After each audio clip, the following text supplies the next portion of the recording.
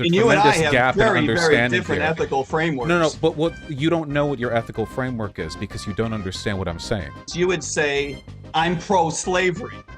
Oh, yeah, I do think you're that, yes. But I have to get there. We have to build the ladder. Nobody gets freer when they aren't guaranteed a minimum wage or working protections or OSHA. They're made less free because now their life gets constricted and the people on top get wealthier.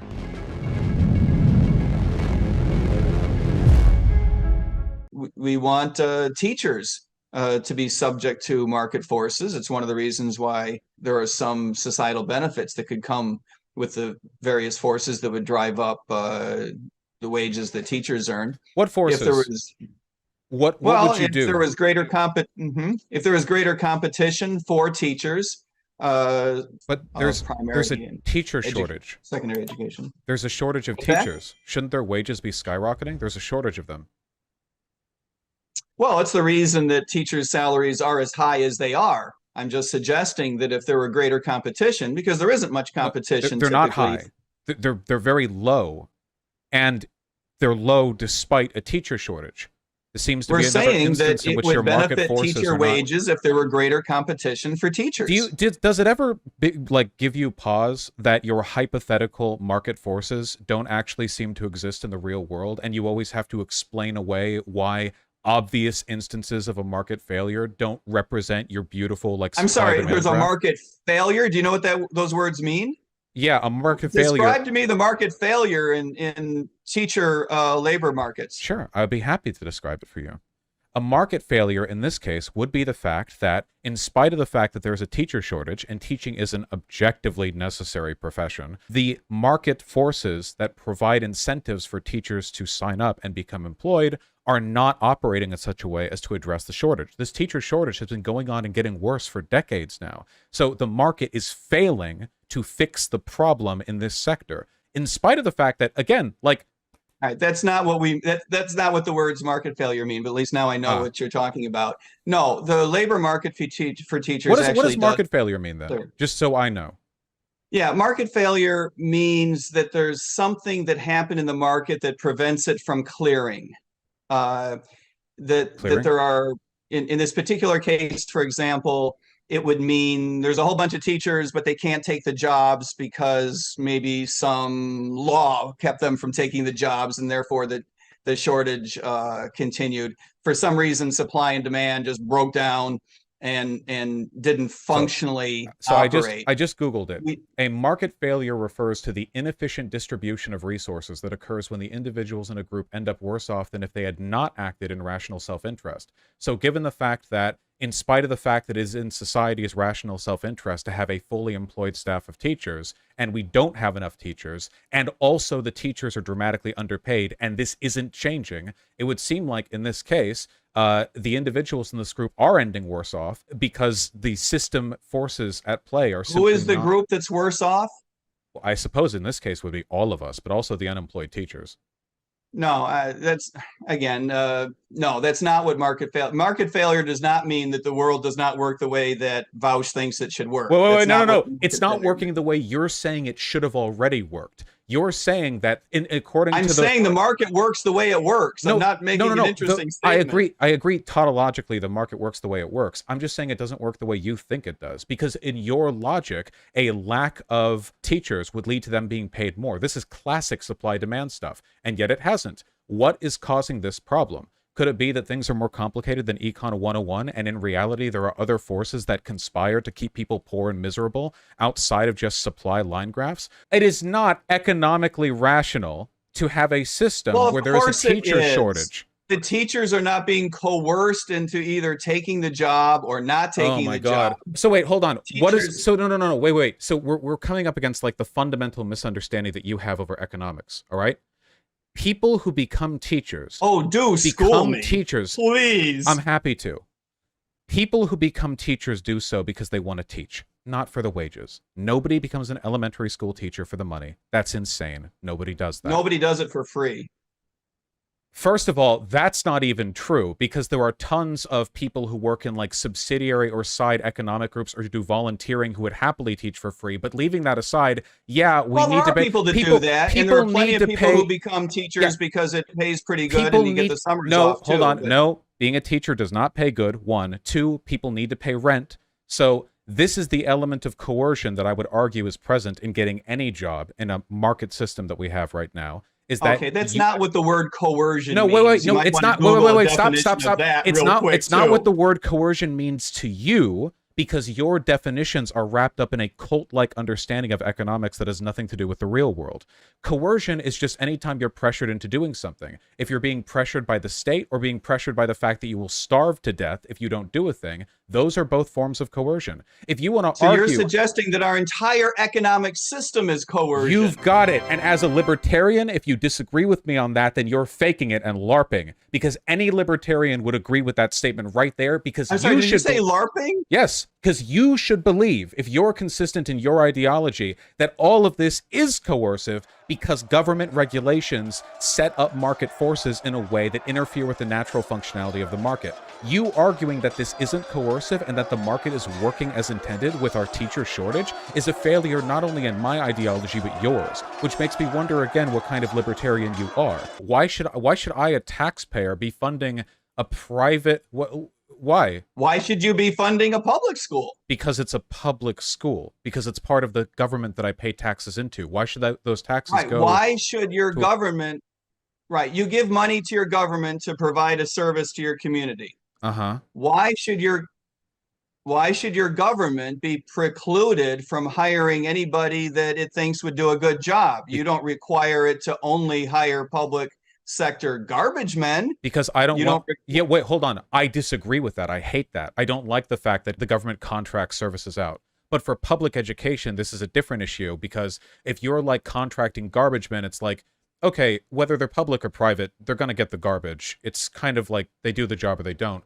When it comes to public or private education, though, I'm sorry, I can't give you that either. There's a wide range. No, wait, stop, hold on, wait. I come from a long line of garbage men please, can the fake indignation, you know perfectly well that a good job done by a public and a private garbage company or garbage service functionally remove the garbage, whereas there are massive differences in private and public education, considering that a huge number of our private education is run by religious fanatics. Like, it's not just that it's being given to a private source, it's also that the kind of education is completely different in a lot of these places. Right now, there are people who want to be teachers, who are qualified to be teachers, and there are public schools that have too few teachers. Why are those public schools not hiring? We already answered this. It's because of the administrative bloat. We already answered this question. It doesn't have anything to do with unions. It has to do with the people in charge of how the money gets spent, spending money on themselves. We literally already answered this. The reason the money isn't there is because they're spending it on themselves. That's the administrative bloat. The only way to address this is by axing that administration, making sure the money goes to where it needs to go. This is a public school. And the way you do that, agreed. And the way you do that is by allowing organizations to compete to provide this service. It's the way that it happens in every other business. It ought to happen in the business of teaching as well. No. People are geographically locked to their schools. Parents work. They are now, but they shouldn't. No. We live in a thing called space-time. We can't teleport. Parents work. No, but we could create more schools in those areas if we had competition. We can't. No. Creating more schools just splits students between the existing ones and makes it worse for the existing institutions. You can't just create 5 schools. How? Why does that? Because public schools are paid based on the number of students that go there. Right. Well, how would it make those schools worse? Because they would have less money. They would have less students. So how does the ratio of money to students change? Because the upkeep on the building and the administrative bloat that we agree is a problem doesn't scale proportionally to the number of the students. If you cut the student base in half, the costs of running the school does not get cut in half. Now you just have a half-populated school where the grade sizes are half for everyone and students wander empty halls listening to their footsteps echo because some idiot thought that it would be a good idea to open up a private school half the size 3 blocks down that, again, not enough people are going to because you're building too many schools for the area that you're in. And you're locked geographically because parents work in the morning and not every area has a school bus that's going to run 47 minutes down a highway to get people from one part of town to another. This is a fixable problem, but you only want to fix it in ways that are your beloved market, the market that you worship and preach for. This is not how you do things. You do it with regulation. The administrative bloat, that's a regulatory problem, baby. Axe that shit. And you know what? Public schools are not the only institution where the main problem is the greed of the people on top who get to make the decisions. Because as it turns out, competition between corporations also historically has not led to massive increases in wages. I would argue that the main reason for administrative bloat in school systems is more incompetence than something evil. No, they want to make more money for themselves.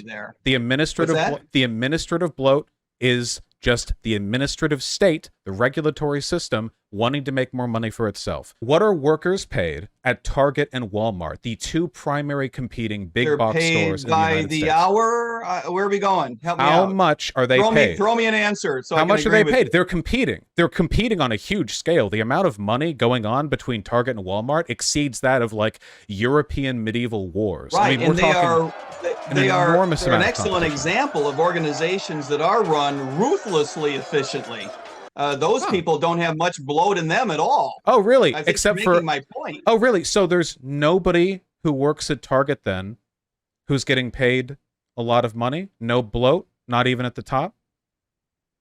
I'm sure there are, but those organizations are known for running with efficiency that is absolutely ruthless. That's efficiency the reason most people are mad at them, not because they're run with bloat.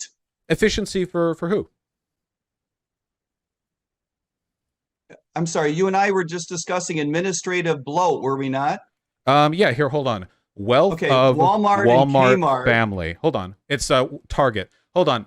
The Target. Walton family fortune is broken down as such. 66.9 billion, 66 billion. The total fortune between all of them. Are you going to try to convince me that the Walmart family is the administrative bloat? That the Walmart family is actually the fact that you don't already know that is why you're a cultist.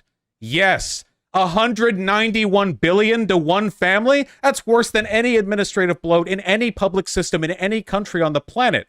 Are you kidding? I bet you I couldn't find that kind of bloat in a single government office in fucking China. Jesus Christ! I see how you win your arguments. You change the definition of no, because no, that's you. No. This is why you're religious. Because to you, bloat can only mean wasting money on anything but the people who own it. In your mind, bloat can only be when the working man gets more. Bloat can only mean the inefficiency that occurs when workers get paid more. Money going to the administrators of the schools. Yeah, I didn't say that. That's I was bloat. working with your definition. What is bloat to you, if not an enormous amount of money being concentrated in a tiny place while all the people who work at Walmart are on food stamps? Tell me, what is bloat? How is that 191 billion? How is that not bloat? It's pretty big. It's a pretty big amount of money. You stack that up in $100 bills and you would fill like a house. That's a lot. You couldn't even eat that many $100 bills. It's a tremendous amount of money. Bloat. Is that the definition of bloat? Yeah, it's waste. It's wasteful. All that going to one person, that's ridiculous. Imagine if you had a buffet. Okay, is that the working definition This of is bloat? the Walmart buffet, all right? Now we're going to rationally distribute the food we have in these plates. All right, everyone gets exactly one Frito chip. Okay, everyone gets one little Dorito. Okay, and now we're going to build a fucking warehouse to fill entirely with caviar, so one family can stare at it and rub their bellies appreciatively. Is this rational to you? I'm sorry, I thought we were talking about bloat. I am. They're going to get very bloated if they ever ate all that caviar, which they won't because it's too much for one family, which is kind of my point. They have made a tremendous amount of money. Of bloat. Yeah, a lot of bloat. Look, like the administrative state. I do believe... Like the Communist Party of China. Terms that are set based on free will and the opportunity like to make decisions for ourselves. This is how we know that not only markets clear, but do so in a fashion that maximizes the benefit to both parties. And yet we have a teacher shortage while the administrative bloat continues, and we have Walmart workers on welfare while the family who runs it. Because Vaush labels it as such. Okay. Okay, so this is what I mean. This is your religion. everybody in education agrees. We know that students get worse educational outcomes with these class sizes growing the way they have. You just don't give a shit. It's like a death cult that I'm listening to. Your god is your stupid Econ 101 graphs, and you're desperately trying to line a transparency film of it up to reality. And where it doesn't match, you smudge it a little bit, or you deliberately misinterpret the data. Like, seriously, because I've defined... Wait, do you think I just coined the term teacher shortage? Like, that's a thing that a socialist, just came up with? Why don't we start over again? As opposed to, like, the unanimous decision of everyone involved in education that, holy shit, this is like a worsening problem. Why would you even say that? You're indicating to me that you don't believe social problems are real unless they conform in some way to the disparity between your graphs and reality. Try anything new. We have countries that have done this better. All I'm doing is pointing at them. Better investment in public education, some laws that do a better job of making sure the money goes You're suggesting we should have more money? Yeah. I'm sorry, that's silly. Wait, no, please, primary and secondary education we're so per close. pupil We're so close. We're so skyrocketed. close. We And do the not. Performance We're so is close. not done Please, better at all. Please, We're not getting a good bang for our buck. Please. Okay, listen. You can't just dump money into these systems. We need proper incentive structures, and then we put more money into them. That's what they do in countries with better educational outcomes. Now you're onto something. Yes. How do you want to? So the incentive structure is clearly not competition because, and you still haven't answered this because you know that you can't. We have a model right now where A, there's a teacher shortage, B, there are teachers who want to work, and C, there's a general discontent with the quality of education across the country, meaning that in any rational system, by your estimation, these administrative states that are operating in the school district should be cutting their own funding to hire more teachers because that will increase the quality of their school, which will mean that more students will go there, people will be happier, they'll get more money from the state, blah, blah, blah. And why don't they? Because that's not how economics works. Because not everything is solvable with a 101 graph. This is like clown economics, okay? Regulation. What raises the wage of the average worker? Regulation. What improves schooling? I don't know. True. Take a look at Europe. Regulation. I'm sorry, regulation does not raise the wage rate of the average worker. The wage rate of the average worker wait, is then what exactly is the federal minimum wage? You literally just said that fast food workers would probably be making less without the minimum wage, which I agree with, by the way. So the minimum wage then, as a corollary, not in every case, but in many cases, yes. Right. So it raises, that's the minimum wage raises. I'm sorry, you can't just hop from one misstatement to another. No, so wait, hold on. Does the minimum wage... You just said that regulation increases the average wage rate in the United States. Yes, with the minimum wage. That is an absolutely silly statement. Yeah, you just wait. So you literally wait. I'm sorry. Wait, hold on. Really quickly, sir. Mike. Hold on. There's a serious issue here. Do you have a carbon monoxide detector in your house? All right. Yes. Okay. Can you check it for me right now? Because the statements you are making are consistent with severe oxygen deprivation. You just said that the wages of fast food workers would be lower were it not for the minimum wage.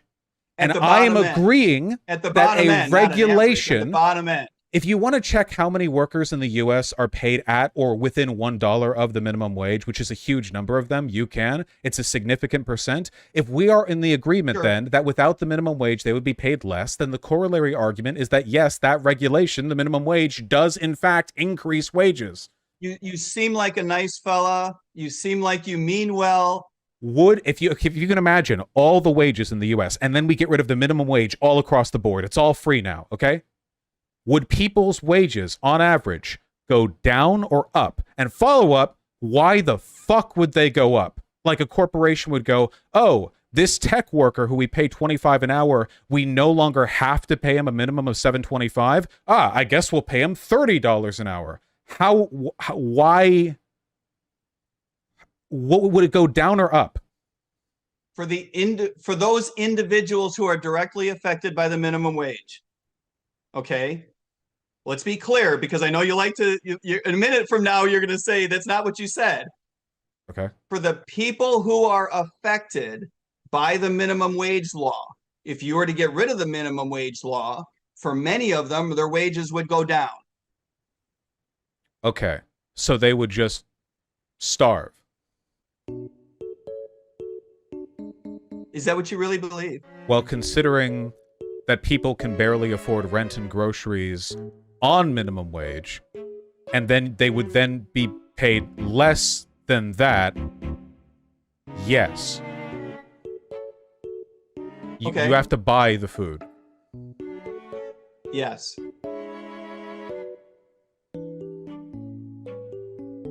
Yes. What is it you're asking me? Okay, so we've arrived at a moral conundrum now, which is, should we let millions of people starve for no reason? Now, this is a tough one, I admit, okay? I'm a sociology major, not a philosophy major, and I'm only an undergrad at that, but I think I'm willing to give this one a shot. I think we shouldn't let them starve. I think they should make enough money to live. I think so too. How's that? Well, what if we, hypothetically, had a law that made it so everyone who worked could get enough money to live?